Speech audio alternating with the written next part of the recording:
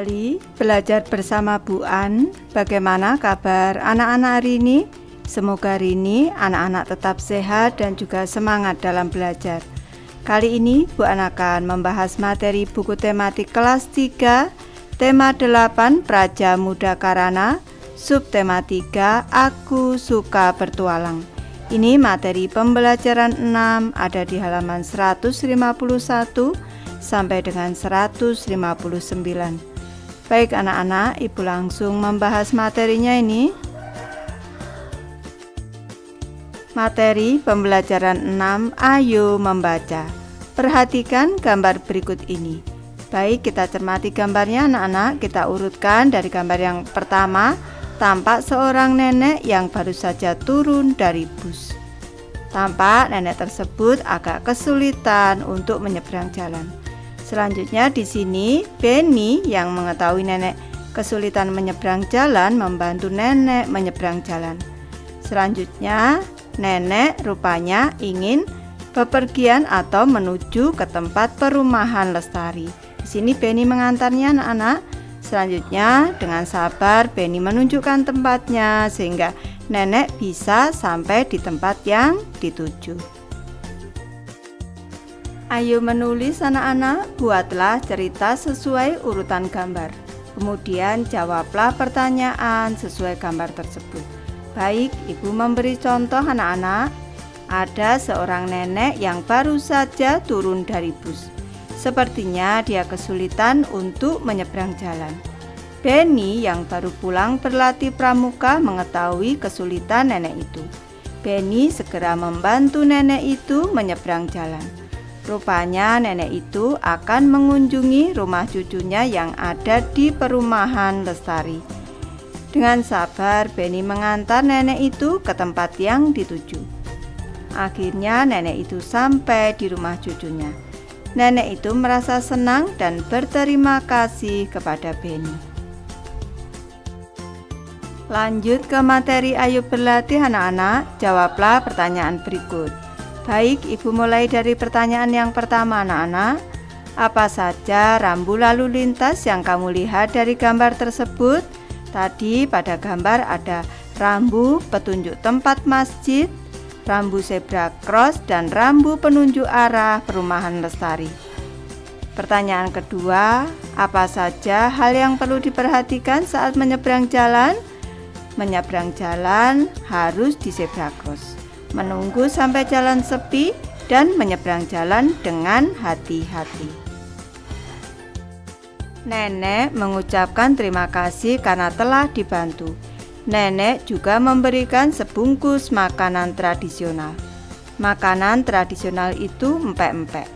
Empek-empek berasal dari kampung halaman nenek. Masih ada banyak contoh makanan tradisional lainnya. Contoh kue tradisional lainnya adalah onde-onde, klepon, dodol, serabi, dan kue lapis. Baik, kita cermati pada gambar anak-anak. Pada gambar yang pertama ada kue onde-onde, yang kedua ada kue klepon, gambar yang ketiga ada gambar kue empek-empek, yang keempat kue serabi, dan yang kelima adalah kue lapis. Apakah kamu dan teman-temanmu suka kue tradisional? Tentu saja. Perhatikan diagram makanan tradisional yang disukai anak-anak. Kue tradisional yang disukai oleh 50 orang. Baik, kita cermati diagramnya anak-anak. Dari yang pertama yaitu onde-onde. Disukai oleh 40 anak. Ibu beri bantuan tulisan di sini 40. Selanjutnya untuk kue klepon ini disukai oleh tengah-tengah antara 30 dan 20. Ini tepat di tengah, berarti ini 25 anak-anak. Ibu tulis di sini sebagai bantuan. Kue dodol 5 anak di sini. Karena tengah-tengah antara 0 sampai 10. Selanjutnya kue serabi antara 30 dan 40, di tengah-tengahnya berarti 35 anak-anak. Dan kue lapis ini disukai oleh 50 anak. Ibu beri bantuan di sini angka 50. Kalau kita cermati dari diagram ini, kue yang paling banyak disukai anak-anak adalah kue lapis Dan yang paling sedikit disukai anak-anak adalah kue dodol. Ayo berlatih anak-anak, jawablah pertanyaan berikut berdasarkan diagram tersebut. Baik, Ibu mulai dari pertanyaan pertama. Berapa banyak anak yang menyukai kue serabi? Banyak anak yang menyukai kue serabi ada 35 anak. Pertanyaan kedua, berapa banyak anak yang menyukai kue klepon?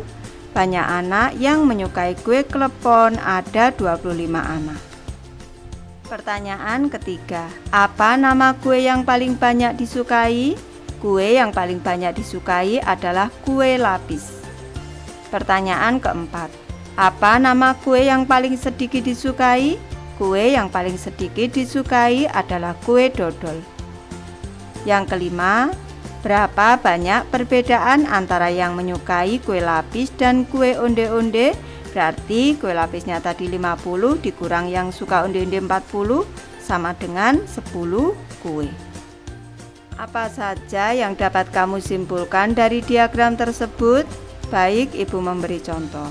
Simpulan dari diagram tersebut adalah dari 5 jenis kue tradisional, yang paling banyak disukai adalah kue lapis, sedangkan yang paling sedikit disukai adalah kue dodol. Berbagai jenis makanan tradisional merupakan kekayaan Indonesia. Rumah adat dan suku juga kekayaan Indonesia. Begitupun pakaian adat dan agama yang sangat beragam di Indonesia, lambang kekayaan dan kekuatan.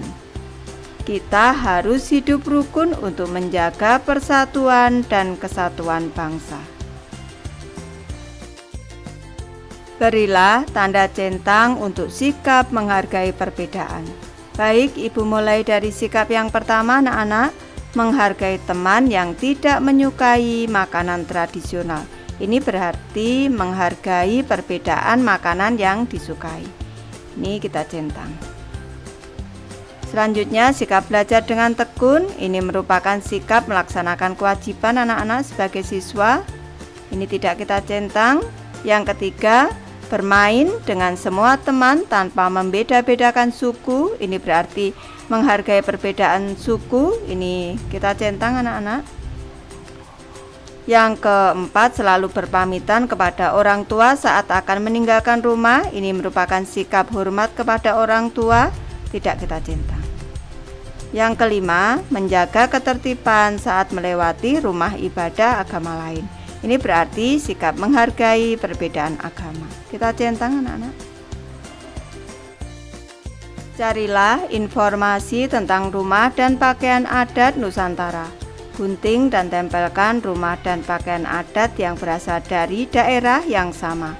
Tuliskan nama daerah sesuai rumah dan pakaian adat tersebut. Baik, Ibu memberi contoh cara mengisi tabelnya. Gambar yang ada di buku kita gunting, selanjutnya kita tempel. Yang pertama adalah rumah Banuatada. Nah, ini gambarnya. Pakaian adatnya ini seperti ini. Ini berasal dari Sulawesi Tenggara. Selanjutnya yang kedua ada rumah panjang anak-anak. Pakaian adatnya seperti ini. Ini merupakan rumah adat dan pakaian adat dari daerah Kalimantan Barat. Selanjutnya yang ketiga, rumah adatnya adalah rumah Nata. Pakaian adatnya seperti ini. Ini berasal dari Bali anak-anak. Jadi rumah adat dan pakaian adat ini berasal dari Bali. Yang keempat ada rumah kebaya anak-anak. Ini pakaian adat dari suku Betawi. Ini nama daerahnya adalah DKI Jakarta. Selanjutnya di sini ada rumah Honai. Pakaian adatnya seperti ini. Ini berasal dari Papua. Adakah manfaat dari keberagaman pakaian yang dimiliki Indonesia? Tuliskan pendapatmu tentang manfaat keberagaman pakaian di Indonesia. Baik, Ibu memberi contoh. Menurut pendapatku, manfaat keberagaman pakaian di Indonesia adalah bisa memperkaya budaya Indonesia dan sebagai identitas bangsa Indonesia yang beragam namun tetap bersatu. Baik, Ibu sudah selesai membahas materi ini. Terima kasih anak-anak sudah menonton. Semoga ini bermanfaat membantu anak-anak belajar. Terima kasih.